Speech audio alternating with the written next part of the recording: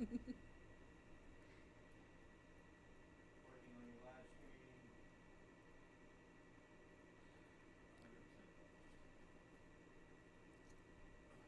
100%. What's up, YouTube? We're going to get going here in a few minutes. All right. Everything's all typed out here too, so. You know, if there are more people watching on YouTube, we might do something different, but you're last, so you're first. Yo. So that's the way it goes. All right. All right, ready to do this? Ooh. Yes. All right. Let's do it. All right, you can count me in and I'll count me out.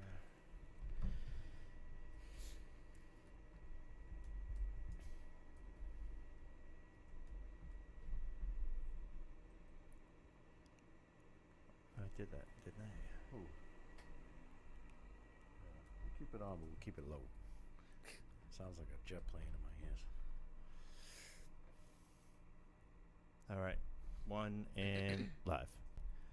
What's up, everybody?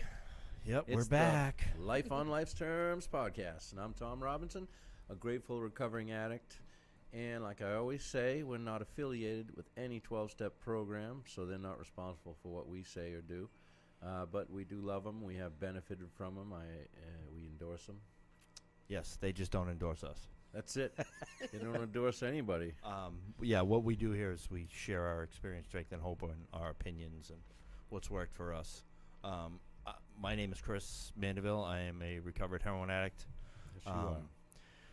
You can subscribe to our audio podcast at lolterms.com. We are available on Yes, please. several platforms. Yep. We also stream on YouTube. Yep. you Although can- barely anybody watches YouTube. yeah, That's cool. but it's free. yeah, it's free. It's good. We do this for free and for fun, and Yep. hopefully it's not like that forever. It'd be nice. Be able to reach more, do more. We started this to kind of make it available for people to watch and listen to meetings that couldn't get to them, and Yeah. we had no idea that what would take place and that people wouldn't be able to go to meetings at all. Right, and hopefully people listen to some audio podcasts and it Yeah. helps people. Though we tried the Zoom thing, it really didn't work for us. We're not. Yeah, we're not That's too some- tech savvy, so it was kind of hard to get the guest. It was just like just a Zoom room, and it was completely different. Right, and, And then- nobody showed up. Yeah. And, Yeah, so just we're here now. Yeah, So we're social distancing. like I said, lolterms.com. Like, subscribe, share this video. yes, please. So tonight our guest is Tina. I met Tina in Scituate at probably at SSPR or one of Lynn's meetings. Real quick, we're at a New Oh, Way yes. Recovery We're Center at a New Way in Yay. Quincy. in Quincy. They are gracious enough to let us come here and still bring you this podcast, as long as we maintain social distancing and all that. That's right. They pretty much come here and open up for us, so we're very grateful to them. I forgot to tag them in the post once again, but yeah, they're very helpful to this. We've been doing this for over 2 years here, so we're gonna let Tina share her experience, strength, and hope with us, and Thanks for coming, Tina. we'll- Appreciate it. Thanks for having yes, me. we will. I don't know. We'll let Tina take over. Oh, goodness gravy. Hi, so I'm Tina. I'm an alcoholic, and actually I should say a grateful alcoholic in recovery, which always sounded like the weirdest thing to me when people would say I'm a grateful recovering addict or alcoholic, or I thought, Sounded Right. like BS to me. Yeah. Yeah. What are you grateful for like, that? I'm like, what? And I really thought that people were like either delusional or just, trying to sell something. But so much of my life now, it is filled with gratitude because of what I learned in the 12 steps. Oh my God. It's crazy. Like It's- if you it's had told, incredible. so this year was my 5th year Yes, of congratulations recovery. on 5 years. 5 Nice. years, August 10th, and if you had said to me 6 years ago when I first started coming around to the recovery halls, if you had told me that I would be this filled with gratitude and love and have this life that is unbelievable to me. I would have said you were crazy. Right. I didn't think it was possible. And the funniest part of the whole thing is that if you look at the outside, nothing in my life looks as if it's any different. I have the same house, the same husband, the same kids, the same job. Everything looks the same, but it's the inside. I needed It's an inside job. Yeah, I needed to And that's the heal. thing. Like we can maintain all the outside stuff. Some of us, Yeah. you know, Not I did personally. for like a second, Yeah. but Yeah. you know, ended up freaking homeless, eating out of dumpsters. But Yeah. whatever. Yeah. Like there's no less of a there's no difference in between how we felt over what we were doing, but That's right. we can fool everybody with Some- the outside. Yeah. Yeah, Yeah. for I- lengths of time. Anyway. Yeah. Yeah, I was fooling myself too. Yeah, I right, mean, right. the Mm. biggest lies I told were to myself, Mm-hmm. and yeah, it's crazy. So I started drinking really young, but I grew up in chaos, and it was so beyond dysfunctional, and I thought, you know, that's just how my life is going to be, because it's all I knew was this dysfunction. And this, I just grew up so fearful and so just so disconnected from myself. And there was always this internal struggle with my identity and who I was and who I was supposed to be. And I can relate. yeah, it's so scary when you don't know, and you try and, you know, so I literally was just existing, going Yeah. through the motions. Either that, or you were given an identity by your parents, like Yeah. you're gonna play soccer, you're gonna do this, you're gonna Yep. do that. Oh no, I was literally told that you're never going to be anything. Like literally, Yeah. it was Yeah. bad. That's- and I that's grew really up hard, yeah. fearing for my life, and you know, just rampant raw abuse. And I could see, you know, that it wasn't normal, because I had friends who grew up in Right, houses right. that were literally, one of them actually took us in when we were running from my dad. They took us and we went and lived with them for a while. And it was this illusion of safety, even though, you know, we knew we couldn't maintain that. That's Right. not normal. And Little closer with the mic if you oh, could. sorry. No, no problem. So feels like awkward. So it's just I'm just awkward. So yeah. So we just I have two sisters, and we just grew up really screwed up. And my father was just a raging alcoholic, and so, you know, he was Dr. Jekyll and Mr. Hyde. He would be like, oh, you know, this loving, like he was going through like the motions of pretending to be this loving, kind father, but behind closed doors. Oh, yeah. It was hideous. Like, I watched my sister go through therapy and have a nervous breakdown, and I was like, no, I'm just going to keep drinking.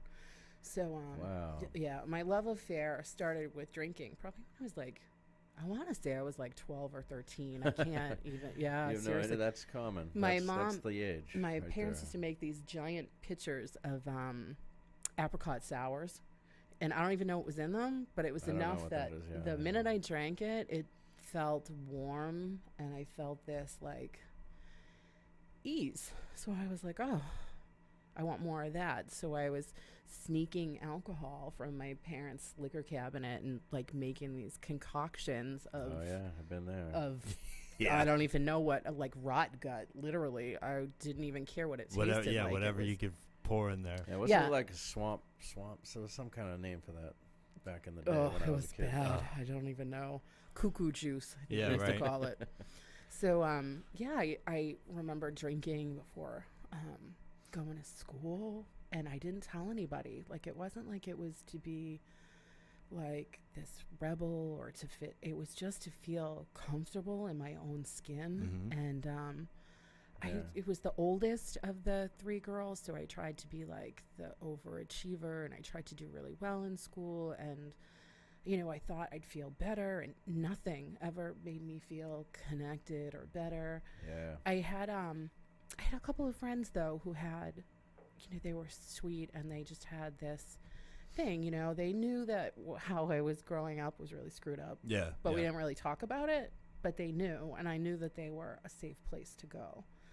So, yeah, it was just crazy. You know, my house was my father had this plaque up on the wall, and it literally said, "Screw unto others before they screw unto you." And so this is how, this is how we grew up. That yeah. you know what, nothing is love is not. It always comes with a condition. Yes. And for yes. me, Yeah, that's it was tough. That's a tough way to grow up, right so there. twisted, right? And my mom was my mom had been really abused both my parents were abused as children, which I've come to realize, you know, in therapy and in 12-stepping, that, you know, hurt people. Right. And Yep. and they did what they knew. Yeah. That's right. Yep. You My- know, like there's so much more awareness around that Yeah. now. And now, whether they did anything to you or not, you know, I believe and I've heard that those traumas they suffered were transpired to you, That's right. And whether you everybody suffered them or not. everybody does the best they can with what they know. Exactly. And like my dad was the same way. He told me later in life, when I was like in my 30s or late 30s or something, he said, "I wouldn't love you unless you gave me respect." And that was a weapon. So it was it came with a condition. Yeah. You know, his idea of respect was following the line and, you know, doing everything I said to the letter. And that's a condition, you know, and kids deserve and need unconditional love. Right. You know, that's important, I feel. Yeah. It's so hard though when you don't know what that feels like or looks like. And That's when right. you start to, when I had my own children, I did feel that, but I didn't trust it. I didn't trust that I could give that that I could give them what they needed. Yeah. So there was this tug of war always within me, because I knew that in my head I said I will never be enough. I can't be enough. But in my heart, I felt differently. I knew that I knew love, even though I had never seen it. So it was weird for me, and I didn't understand it all until recovery started to happen for me. Yeah. So And then you come in here and you're like, there's something up with these people. yeah. I was like, oh, I literally thought it was a cult. Yeah. Like, Someone's what is with being these- nice to you and you're like, all right, what the fuck do you want? Yep. Where you going with this? I literally, I was yeah. so afraid that I was just going to get hurt Yeah. again and Yeah. again Yeah. and again. And I had to. And it sucks to live that way, Mhm. you know. Mhm. And luckily, there's ways to work through all that stuff. Yeah. And you can have. Oh, you don't know until you know. And then when you know, you're like, oh, all this time. Yeah, right. But I'm so grateful that, you know, I have the gift now. And Mhm. my hope is, even though I'm like terrified to be here today, my hope is always that, you know, if I can reach just one person And who that's the connects thing. with that feeling and they Right. say, oh, well, she felt that way and she's okay. Mhm. I'm more than okay. Like, I That's- have this life that I used to hear this expression, a life second to none. Right. And Yep. I didn't know what it meant. I'm like, what does that mean? Is that like gibberish? But when you get it, my life is so incredible. And it's, like I said before, it's that life, I had it all. Right. I just couldn't see it because I was so just broken. And you know, you're saying it's incredible, but it's still life. Yeah. Shit still happens, but you're okay. in it, Absolutely. you know? And that's the thing, I think, being able to ride, like, because, you know, it's a wave and and it's a circle. Like, the shit that you try and avoid, it always comes back, you Yes, know, until you really, like, The- soften the it, soften emotions? it. You mean the emotions you try to avoid? Is that what you're saying? or just Everything. I yeah. think emotions, situations, like the all of universe will present the same problem to you until you figure it Over out. and over, Until yeah. you do it. it. Yep. You know, you try and push it off to the side. It's gonna make its way back. Or I try to always. attack it. Like with Yeah. my mom, I was like, why didn't you protect me? Why didn't you protect? I was so angry at her. And our relationship was so broken. I said, you did this. And it wasn't until, you know, and I never got the response I wanted. You know, she's like, I don't know why you're so screwed up. I don't know why. And I'm like, is it any coincidence that all three of us are screwed up? I don't think so. Right. But, right. you know, it wasn't until I learned, and it was through the fourth step, looking at your resentments Mm-hmm. and really digging into my part. And people have a hard time with that. And I know I did at first. I'm like, I did not have any part in that abuse. But what I had a part in was as being an adult and not taking responsibility for the ways I screwed up my life. Right. And I could continue to be a victim and say, well, this happened to me and that, or I could stop that pattern. I can Yes. break that line and make a new life for myself and my children. And this is where the trauma stops. Yes. And you Right. can be who you needed. Yeah. Beautiful. For your That's kids. Excellent. You know, And you can be who you needed for yourself. Yeah. right. In other words, you need to, you know, we all need, I don't mean you, I mean everybody. yeah, Everybody needs to look back on the memories and just love yourself yeah, during those times, because you were a child, you were a developing person, and you were doing the best you could. And you know, because I mean, I can look back on a lot of my stuff and hate myself yeah. Oh, for yeah. being foolish and hate myself for this. That's not where it's at. You Yeah. know, that's not Everything happens exactly the way it's supposed to. It's not. Isn't Yeah, that the that's truth? right. Yep. And even if we, you know, we're headed in one direction and we, you know, do something to change the course, someone's already thought of that as well. Yeah. You know, Yeah, yeah, and yeah. most of the time we end up where we're supposed to be. Yep. And it's crazy, like to come into recovery and, you know, realize that we can do anything we want to Mhm. do. You know, Within reason.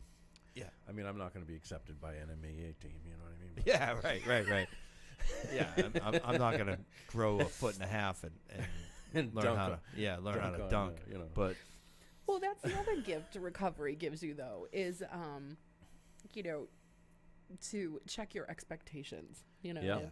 Yeah, to know Really, yourself. like just stay on the beam and be in reality. You know, like just Right. because I want something doesn't mean that I can get it or that it's good for me. I learned. Yeah. I love this expression. Life's rejection is God's protection. yes, And I Yes. see that because when I first came into recovery, I wanted to get rid of the husband. I wanted to get rid of the job. I wanted to get away from the kids for a while. And you know, I didn't know how to do that. And I was like, oh, why is this happening? And it happened because I needed to fix me. And then I realized that all of those other things weren't broken. It was me. So And- now- Did you end up having to go into a treatment center, well, what happened was or had there been any Here's the- tries prior to children, prior to marriage? No, I actually literally just thought that the alcohol was helping me live this lie and maintain this lie that, you know, I was It's a okay. coping mechanism. Yes. Yeah. And I literally thought, you know, I just tried to maintain it. I always hid how much I drank and how I drank, and it was always very secretive, and because I knew that if Alcoholics don't do that. No way. but I knew I was an That's social alcoholic. drinking. I didn't think there was any way for me not to be. I thought that's Right. how it was going to be. My dad died at 46 of a massive heart attack, and I was pregnant with my son at the time, and I thought, oh my God, you know, he was alone, and I didn't want to be like that, and ultimately that's what I became, was this miserable. My heart was a mess. I almost made that a self-fulfilling prophecy. Right, Like I right, said, right. oh, this I is don't how want to die that way, but you were making. I did. Yeah. I was literally destroying myself. But yeah, it was these circumstances and set of events that sort of happened. I moved out of my house really young. I was like 17, and I was like a gypsy. I moved all over the place, and then at 20, I met who's now my husband at Wollaston Beach down the street. And yeah, I was cruising for cute boys, and I found one, and I was like, oh, he's cute. And he was like everything my father wasn't, which was weird because I've seen my sisters like go after the same pattern of Right. like Oh, yeah, abusive yeah. men, and I'm like, yeah, no, he was quiet and calm and sweet, and so we were together, and then we were together for 6 years before I got pregnant, and then I had a baby, and you know, he'd always commented on my drinking, like, whoa, you should slow it down, take it easy, but I always tried to normalize it, and I'd be like, I'm stressed, or I have so many justifications for Yeah, drinking. rationalization, Yeah. That, rationalization, justification. And I was a good liar, because I believed it. I was like, Yeah. if you had my life, you'd drink too. Yeah, All right. these That's the crazy- key. That's crazy the key things, to being the best liar is to believe it yourself. Yeah. Mm. So when I found out I was pregnant, I stopped drinking, and then I nursed my son. I went back to work, and so I was doing all these things, and I'm like, oh, maybe it wasn't that bad. I'll just have some wine, to take the edge off, and then the next thing you know, they say the progression of the disease. I was back within no time. Yep. You're trying You to know. take the edge off. You ended totally round. You Oh. just, No edges at all. Bad. I was like, oh. But I'm sure that you were thinking and believed, I'm just going to have a little bit of wine. oh, I'll yeah. just I'm drink like- once in a while. I'm like, all the mamas do it. Yeah. Hey, They literally make a wine called Mommy's Time Out. I'm like, yeah. But so devious. it's Yeah. for non-alcoholic mommies. Yeah. Yeah, right. Yeah. You know? 'cause there's- Hey, you know how many times I said I was just going to have beers and appetizer and went to a place by myself, and that's how I relapsed. I mean, I'm a heroin addict. Yeah. So it's even trickier. And that's how I know I can't do anything because Right. I've done it. Been there, done Yeah, it you go way for too beers and many times. appetizers, and you're sitting in the bathroom shooting heroin in Yeah, your arm. And an yeah. hour A week later, later, an hour later. Yeah. How'd I get whatever. here? You know? Yep. That's what yeah, happens. it's that whole cunning, baffling addiction is just this evil monster that convinces you that you need that substance to survive. I And it literally will will sneak in any way it every can. time. So then, I have this push pull. I rein it in, and then I can't, and then a couple of years later, we have another child. Same thing. I'm like, all right, this time I'm not drinking. I'm not doing it.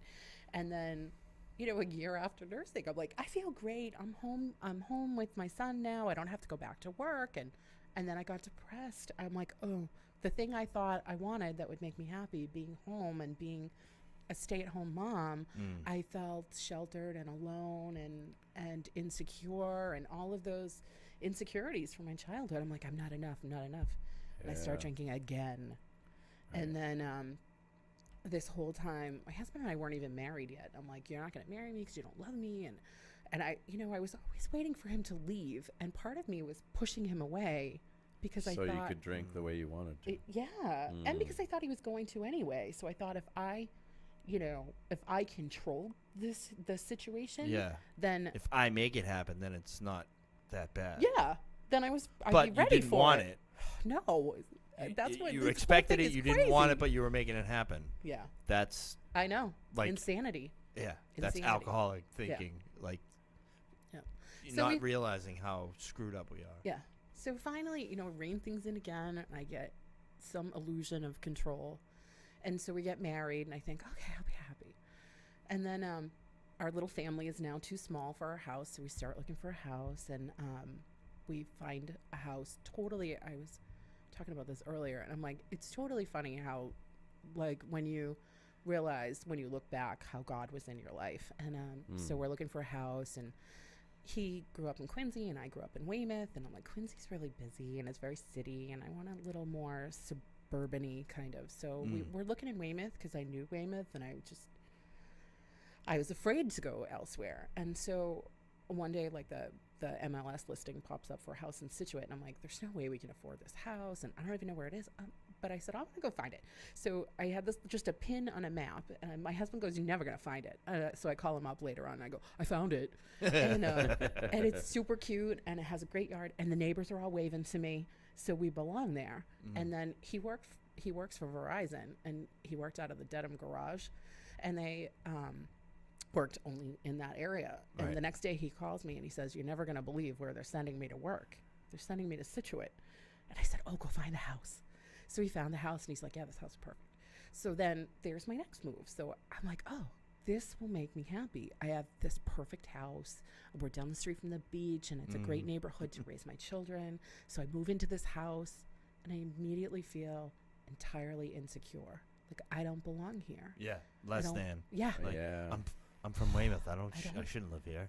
If I shouldn't be in this house. If you're not comfortable in your own skin, how are you going to be comfortable? I'm drinking. Why anywhere? should I? Yeah. I Right. should. No, I can't live here. I said this at my women's meeting 2 weeks last Saturday before. I'm like everywhere I went, there I was.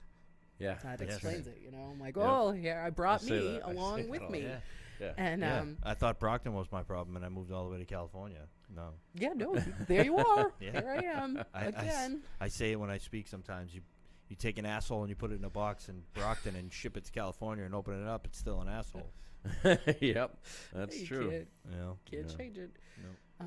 But you were an asshole, Chris. You were just sick. Yeah. I heard that Yeah. a lovely woman in the program said, "You're not a bad person trying to get good. You're a sick person trying to get well." Yes. And I Yes. love that, Yeah. and I love her.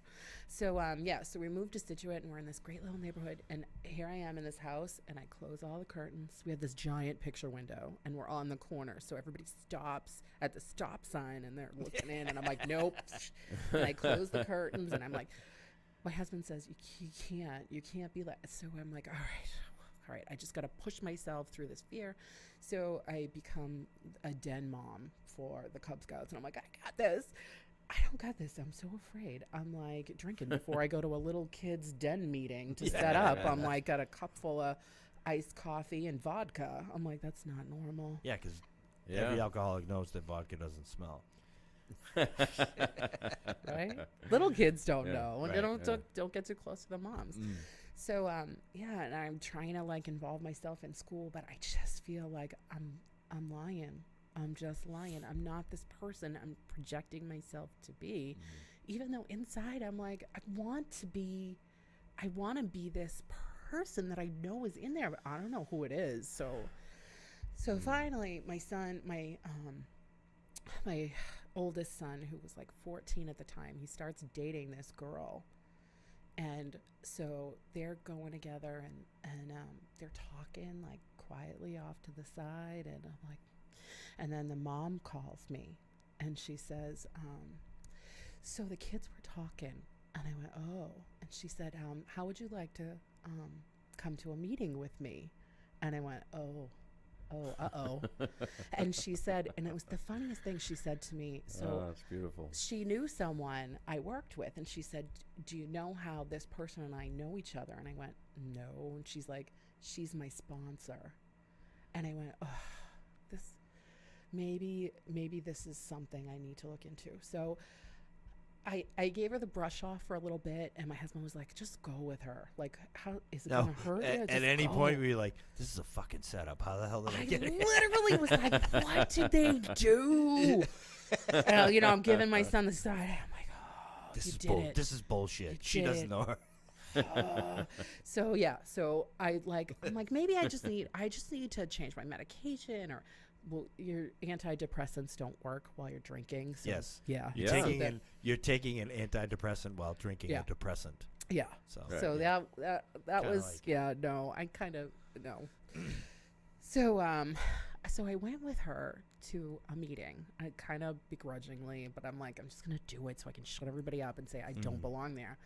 I get into this meeting. It's a Friday night, back to basics, and I hear a woman get up, and she's talking about that feeling inside, that disconnect, that loneliness. Even though you're in a sea of people, you feel all alone. And I was like, oh. I left that night with a big book in my hand, and I told my son's girlfriend's mom, I'm like, oh, I'm an alcoholic. And she went, yay. Yeah, she can't tell you are. But then Yeah. I got home, and the next day I was like, oh, sugar, what did I do? Yeah. Because I knew, Now once the I had, gig is up. yep. I'm in And trouble. I That's was like, oh no. So I was like sort of scared. I wanted to back up, but I knew I couldn't. So I went to a few other meetings, and I was sort of there, like I had like 1 foot in but 1 foot out, so I could Yeah. you sit close to the door so you Yeah. can just get Yep. out. But I was hearing things that I knew I needed to hear. But I looked at these people and I was like, I don't know that I can do this. I don't know. Like, they seem to have something in them that I don't have. They have this courage, this strength, this something that I don't know that I'll ever get. And so I would go through periods where I would not drink for a little bit, like a couple of days, and then I'd be like, oh, but I got to clean the house, so I need to drink. Or I need to be intimate with my husband, I have to drink. And I'm like, this is so sad that I have to live this way, and because you were not used to living any other way. I didn't know. I literally did not know any other way to live. I didn't. It's your coping mechanism. Like, it becomes like your pulling normal. Pulling off a Band-Aid, you're like, it hurts, and it hurt. And I knew I was going to have to, like, when you look at the steps, I knew I was going to have to look at all the trauma and stuff, because I knew that it wasn't just going to be about not drinking. Because I had gone through periods where I had abstinence, and I was miserable. I was just miserable. I'm like, this is no way to live either.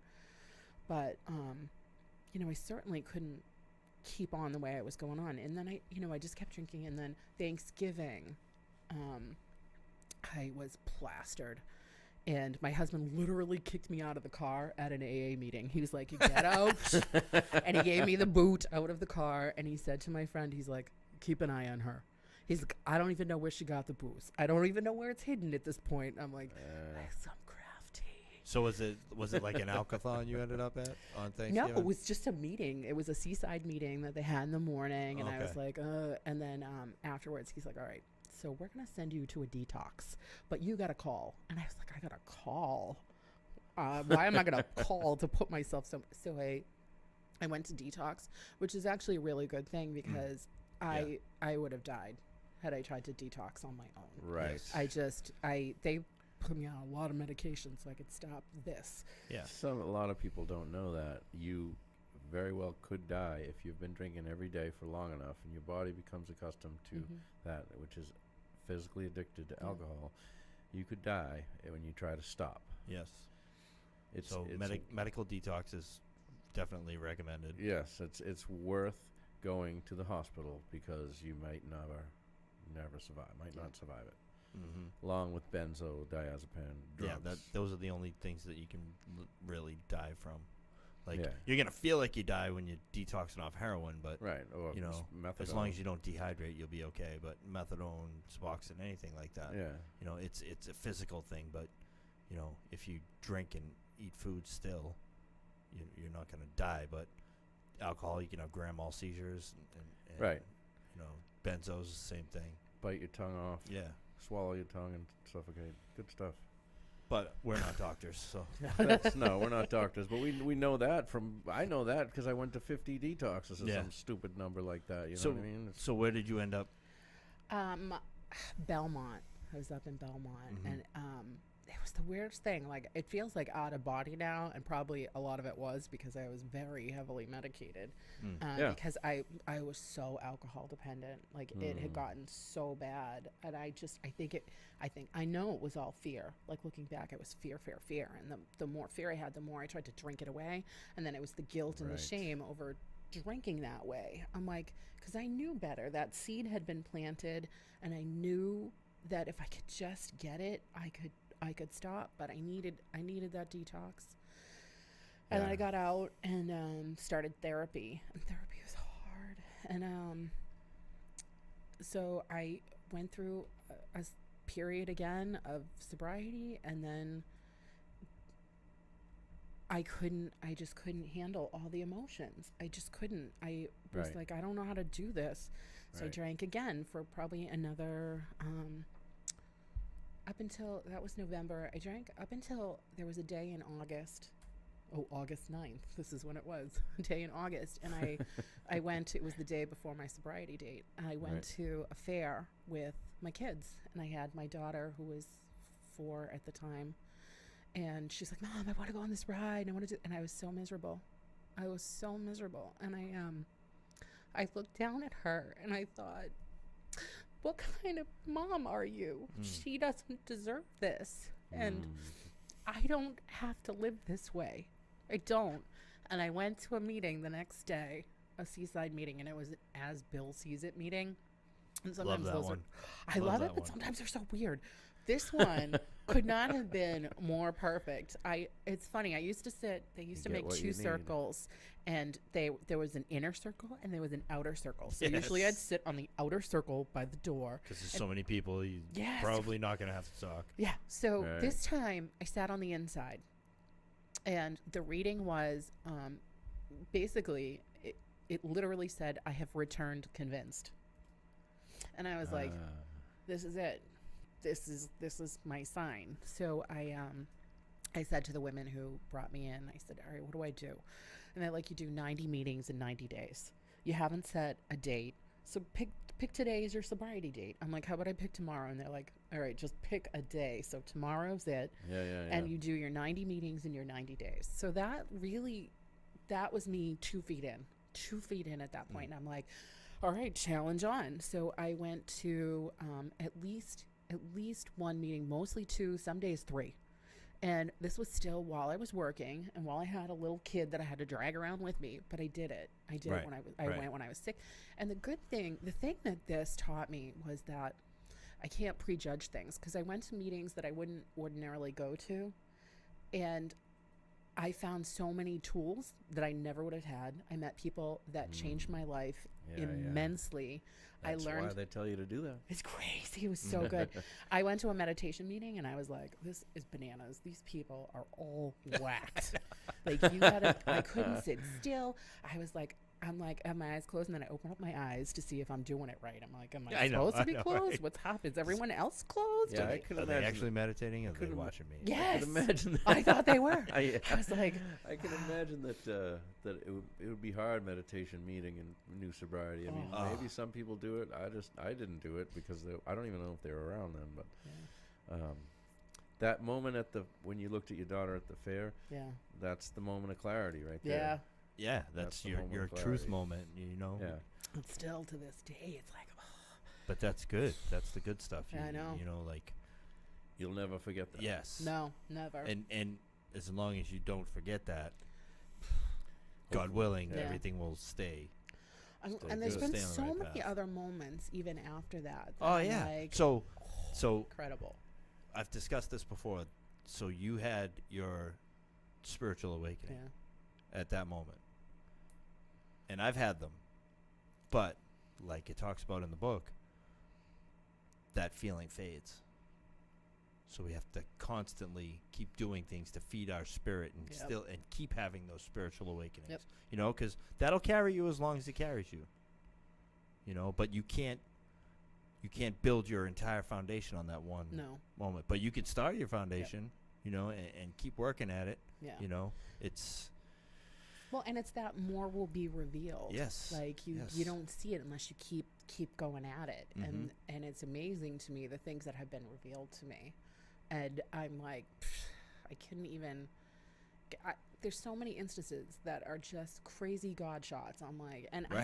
I didn't believe in God. Like I was like, so basically came here the atheist. oh, I was like, if there's a God, he Or hates agnostic. me. Hates me because I literally we went to church like maybe once or twice in our childhoods, and it was literally so my dad could show off like a new car or this piece of jewelry he bought my mom, and then he Wow. would talk about what hypocrites the people at church were and call them Bible thumpers and just he was just filled with anger. He was just Right.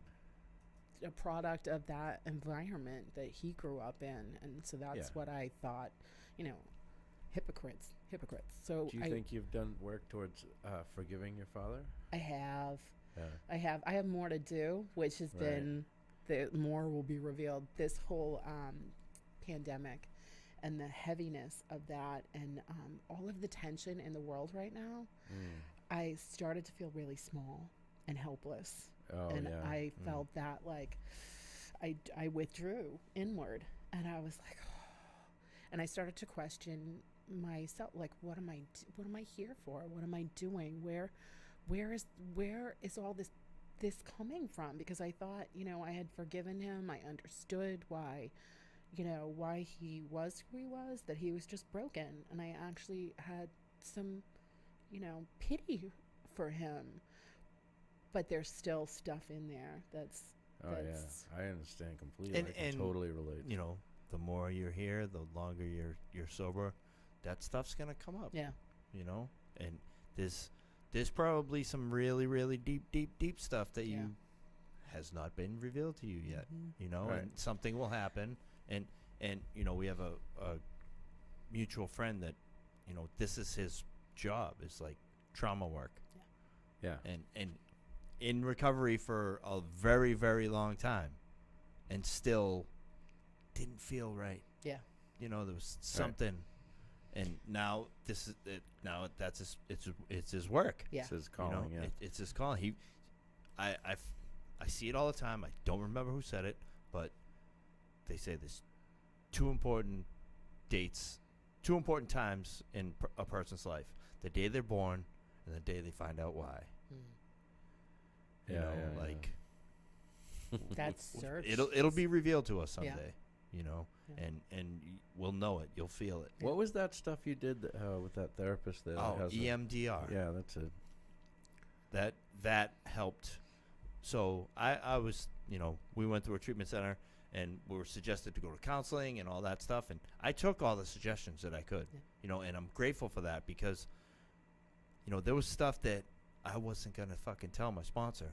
I'm sorry, I don't care how long I've known you, like how good of friends we are, you know. So I had a counselor, and what kept me okay and got me enough courage to talk about certain things was, if I ever hear any of the stuff that I tell her, I'm gonna sue her fucking ass, you know.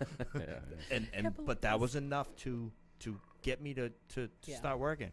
So I ended up, she was leaving the place, and she set me up with another therapist, and he had never really worked with an alcoholic. So I gave him a copy of the big book, and he's reading it, and he's like, wow, this stuff's great. He goes, but this whole 4th and 5th step thing, like, you know, if you think of something on there, do you still have a feeling attached to it? And I'm like, well, yeah.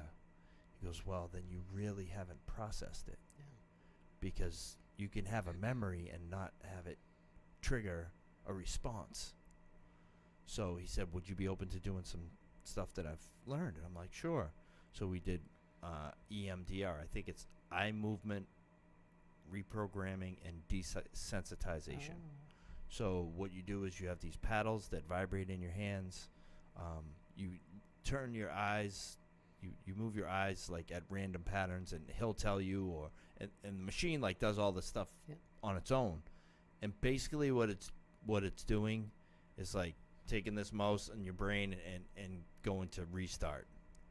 Refresh. You know, Yeah. refreshing your computer, because Restart would be nice. He though. was like- Actually, physical body would be nice. Unplug it, plug it and back he would in. ask me, okay, now think of that incident again. Yeah. How do you feel?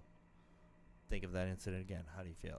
And it would be like left, right, left, you know, Yeah. randomization. And Isn't that interesting though? yeah, Right. It's pretty fascinating. It's like the all the brain science behind like meditation. yes, You know, in trauma and like PTSD and all of that, and alcohol and drug abuse, yeah. remaps your- Neurotransmitters and all this shit gets messed up Yep. that we don't really know. and you can repair yes, that. yes, Yeah. neuroplasticity. Yep. Right. And It- how different the brain can like rewire itself. Like, Yeah. okay, it doesn't really work here, so let's try and go around this way. Yeah. You know, it'll reroute things. Yeah. And I had another counselor later on, and he like broke down the whole brain thing for Yeah. me. Like, this is why we do this. And he was in recovery long amazing. time, and the shit that this guy went through and stayed sober, like, I was like, damn. You I know? think that's the amazing thing when you meet people and you get to hear their stories, and you're Right. like, I have seen so many. I love, as a woman, I love women's groups, and I Mhm. love, you know, being able to relate with other mothers and daughters, sisters, the whole thing. But watching women go through, I've watched several women go through losing children, and I'm like, how do you Gotta be even devastating. exist after? And I watch them go through it in this program, leaning in with dignity and grace, and Mhm. and even though they fall apart, there's other women around just loving them. Yes, and And I like seeing it's that as well, because unbelievable. you don't always see that. No, You know, like when you see that, you know that the people that are participating in that have done work on Mhm. themselves. I've been in regular open AA and heard it. I don't know what it is with guys and women. It can be different. Guys will hear someone say, "Hey, I'm new," and boom, a bunch, 5-6 guys go over there and talk to them. A woman says it. She doesn't always get the help, you know. And there was times in my early recovery where it was like, okay, I heard that girl. I felt how she felt. Yeah. She needs help, but I was always taught men with the men, women with the women. So it's like, all right, I'm going to go up to her and I'm going to say, hey, go over there Yeah. and talk to that woman right there. Yeah. You know? Like, Yeah. because you can do this and you need to talk to that person. Yeah. Or say, hey, listen, didn't you just hear her? Yeah, Go go talk to her. And That's better. Yeah, think I like that. My sponsor has always tried, and she's on me because I'm very inconsistent now with my meetings. I have a Saturday women's meeting that I will not miss. But I haven't been, especially lately with all this extra stuff going on, and I'm like making excuses. And she's like, this isn't just about you. This is about being present so that Yes. when other people see you and hear you, they can connect with you. Yes, Because they that's need your that. service. Yeah. We don't realize that that's you doing can't service. keep it if you don't give it away. Yeah. And Yeah. and that's why I've been trying to like get back in, and I've been showing up and talking and walking through the uncomfortability because it's important to show other people that this works Right, and that and- they can Right. reach out to you, and that Someone may never hear their story until you tell yours. yeah. You know? Yeah. And, Right. and we, you don't think of it this way, but not sharing your experience can be extremely selfish. Mm-hmm. Because someone Yeah. needs to hear it. Yeah. Yep. Someone needs to No, hear you're it. right. Someone's got to identify with what you say. Absolutely. That's You that know? whole, self-absorbed. That's how, I went through all of this and it's me. And then you're like, Yeah. "Ugh, this Or isn't about what you. do I have dummy." to? What do I have to give? I'm not going to help anybody. Yeah. Bullshit. That's all not self. true, yeah. It's all self. Yeah. Self-absorbed. It's crazy, but Self-destruction. That's what we Fear. do. Yeah. yes. Fear. And you were at the meeting Tuesday. It's so Like good. I don't like AA and the 12 steps is going to get me to this point, but I need to keep growing and keep Yeah. feeding. and reaching out to other aspects. Yes, I there's- found a there's church no- family and a Bible study Yes, and there's yes. other women's groups. There's no and- monopoly yeah. on recovery No. in Yeah. any fellowship. Well, I think what's the 12 steps. It seems like you get all your stuff in front of you, and then you start to take like responsibility. Yeah. Mhm. So you can be Yeah. ready Yep. to sort out all the people who are pissed at you, get that out Yep. of the way, Yep. and now you can be free to be like, all right, I don't have to run away from life anymore Yeah. because no one's trying to, Mhm. literally or figuratively trying to kill me. right. But that doesn't heal your inner child. You know what I Right, mean? right. Necessarily. But it it might, gets but you gets gets you you- to a point where you can deal with this stuff. That's right. You know? it's kind of like you're able to take a breath. You're like, all right, And it's And it's not that for nothing it's got the best success rate that's absolutely. out there. but it's nice to be able to reach out to Yeah. other aspects of Absolutely. recovery. I found through That you go into a meeting. I heard it for a long time. Like if you have money problems, go see a financial person. You got marital problems, go see a marriage counselor. We're gonna tell you how not to drink. yeah. That's right. Or You know? use drugs, which is Yeah. just about everybody So these days. they even know, like if you have problems in other areas of your life, you go and see a professional that deals with those things. You know. What I think is really nice is centers like here Yep, and yep. social peer recovery, which I'm a lot more familiar with. I learned a lot of really interesting things through their programs, like the Yes. Faith Finders. and Absolutely. I learned my love for Reiki through a meditation. Oh yes, because you're a Reiki practitioner I'm a as Reiki well. practitioner. Raking? I love I always Reiki. hated raking. Raking. Listen. Give me a leaf blower. Reiki is much like raking. It just sorts everything out. And I've been Nice. in situations in my life where I needed relief. Yeah. Or I just needed to let go of something, and I was over at Open Doors, and Yep. it helped. Yeah. It helped me. Yeah. It's pretty amazing the Yeah. things that open up to you when you open up. Yes. Yes, You- that's right. When you And- surrender, you finally surrender. You just say, "All right, God, show me." And Like Wim Hof, he's like, Get high on your own supply. You have these things that you want to feel in your body. You need to release this stuff. That's the thing that people like. I think I so misunderstood that I had like literally you have this ability to heal within you. Yes. This Yep. is all within we have you. everything that we need. All of the stuff that creates the universe, that creates the stars, and everything is within us, and the healing power is within us. Yep. And we just have to learn to trust that and to tap into that and to know that it's always there. You know, Exactly. this beauty, What this works for beautiful you? place of Is it movement? Is Yeah. it sitting? Is Yeah. you know this? You got to find what works for you. yeah. Yes. I You know, definitely think though meditation has been this Yes. like godsend to me, literally. Absolutely. Because my struggle with God was I was like, all right, well I don't get it. You guys all believe in this, but I don't get it. And they're like, Mhm. well, do you believe that we believe? And I went, well, yeah, I can see that you believe. All right. And they're like, well, all Start right, there. take it. Yeah. And then there was one girl and she's like, you know, my God is a dog. That's God backwards. It's a dog. She's like, and then, you know, Group of expound- drunks. That's yeah, what some people Gift of expound def- upon that. Gift of desperation. Gift of Yeah. desperation. So, you know, just being open to that Mhm. allowed me to Baby steps. find this So they yeah space. they say higher power. Okay, what's a higher power? I don't know. Go out to the beach and try and stop a wave from coming in. That's a power greater than Yeah. yourself. You know what creates that? Yeah. Believe in that. Yeah. You know. And I'll tell you, that's when all the cravings and all of that like craziness started to slow down when I realized I'm like, and my husband still laughs. He's like, how do you know there's something else? How do you know there's a God or the universe or divine, however you want to define it? There is something. I know because I couldn't stop myself. Exactly. I could not stop myself. I tried. He's like, you're strong. My mom says, you're strong. And I'm like, I am strong, but I couldn't stop it. And they couldn't stop you. No one. They no couldn't one. stop you. Nope. No. Not even the love of my children could stop Exactly. me. That's And what bigger love is there than that? And it wasn't until I surrendered and I got down on my knees and I was like, just whatever you are, just please help me. Mhm. And I kept doing it and I kept doing it. And then I was like, you know, there's this, we listen to, I do a meditation practice called contemplative prayer, and we listen to a Benedictine monk named John Main, and he has this funny story about how this guy's been coming to meditation. He's like been coming, and he's like, when am I going to see the results? And he's coming and coming, and he's like, ugh. And then he showed up late to meditation one day, and he said, you're not even going to believe what happened.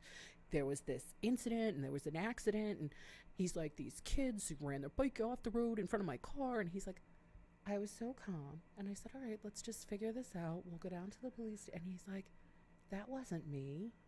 That wasn't me. It was there was the meditation at work. Yeah. So like there's like, and I see that with my higher power now. Like I instinctively know how to handle things. That's just to were- baffle you. Yes. Baffle us, And yeah. I was like, oh, I see what you did there. Yes. Yes. I see that. And I'm like, and I can teach my daughter that now. She knows how to meditate. Listen, She that likes- would be the greatest thing if they implemented meditation in Right? school. Yeah, I think kids need this. Yeah, They need I it. seen something on Facebook. It popped up. It's a book that explains what it is to kids Yeah. with pictures for kids, Wow, that's cool. like all mindfulness, all Yeah. kinds of stuff. They Like, have a lot of that. I Am Peace yeah, is one of those great Yep. books. And there's I a listened to meditation a, on the back. I listen to a podcast in the morning on the way to work. It's only like anywhere from 4 to 7 minutes long. It's called is it Radio Headspace? And this dude used to be a monk, kind of like Jay Shetty, and it's just a quick little Yeah. thing. And driving into work, me and Kristen listen to it. Kinley's in the back seat. She's watching her Barbie videos or whatever on the iPad, and it just like centers me for to Yeah. start the day. And she's hearing Cool. that. Yeah. Like even if she's hearing that, and they start to model that, and You think that they're not listening? they're always listening. They're always listening. always Always. listening. And let me tell you And, what, your actions speak so loud they What- can't hear what Yeah. you're saying. I put a post up today. It said it was from Sadhguru.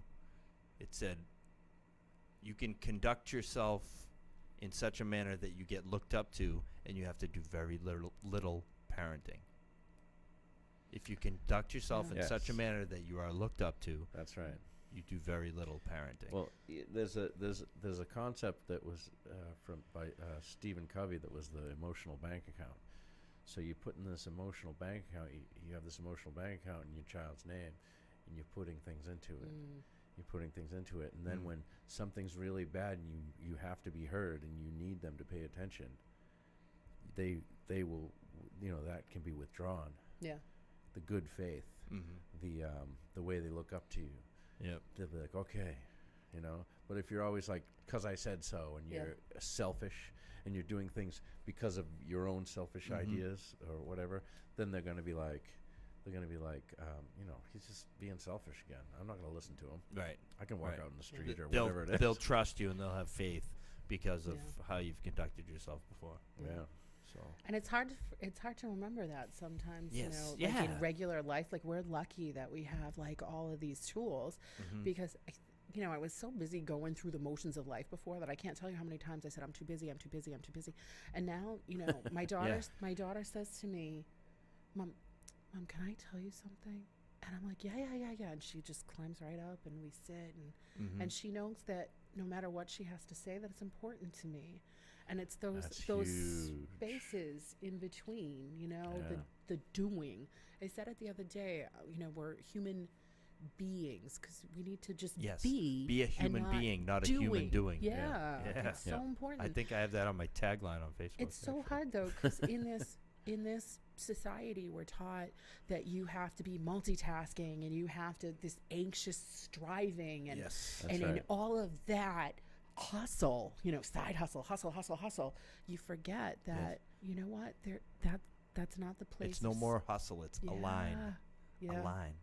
Yep. You don't have to and hustle if you align. You see these beautiful sacred in the ordinary, my friend says, the sacred in the ordinary, and I think that's so beautiful. Yeah. And you see these things like one of the first moments that I had in early sobriety was my husband and my daughter and I went to the beach, and it was this gray, cloudy day, and he's like, I'm gonna go look for some driftwood. There had been a big storm, and he's like, I want to find some driftwood. So I'm like, all right. So we went to the beach, and it was just this moment, and I was on the swings with my daughter, and my husband did the alley-oop, where they pull you back and they run under the swing, and I was like, and I had just this ethereal feeling. It was like unrecognizable. It was joy. Yeah. I had just this joy filled. It was just joy, and I was like, this. You deserved it. This. You deserved that. It was so beautiful, and it felt like this big gift. This gray day on a swing. I'm yep. And it makes me think of another thing in the book where people just can't understand it sometimes when it says we'll be rocketed into a fourth dimension of existence. That's right. It's a fourth dimension because we haven't lived it yet. Nope. Yeah. And wow, I've never felt this. Yeah. Like that's what they're talking about when they say that. People, they're not fourth saying. dimension. What do you mean fourth dimension? No, you've never lived this way, so it's a new dimension to you. Yeah. You've never found absolute bliss and joy in a simple thing like being on a swing when you're an adult. Yeah. Yes. You know. And all the alcohol you ever consumed never got you that feeling. And never will. Never will. Yeah. Nope. Just there's no pill or needle or bottle or anything that can give you that feeling. That's a great place to wrap it right there. Yeah, it is. It's about an hour. Yes, because we have to clean up and still get out of here. So, thank you very much, Tina. Thank you. It was Thanks, Tina. awesome. You see how quick that goes? Wasn't that bad, right? No, it was totally awesome. Yes. Hey, let's give a shout out. This is the first time I remember to bring this painting. Oh, yes. Who's that? From Susan Lordy at 24 Hour Power. I forget the kid who did it. Oh, we forget the kid's name. Yes, but also We love it, though. they just lost one of their artists. And I knew him personally. He was a great dude. Keith Mize. He passed away last week, and he did so much for Sue.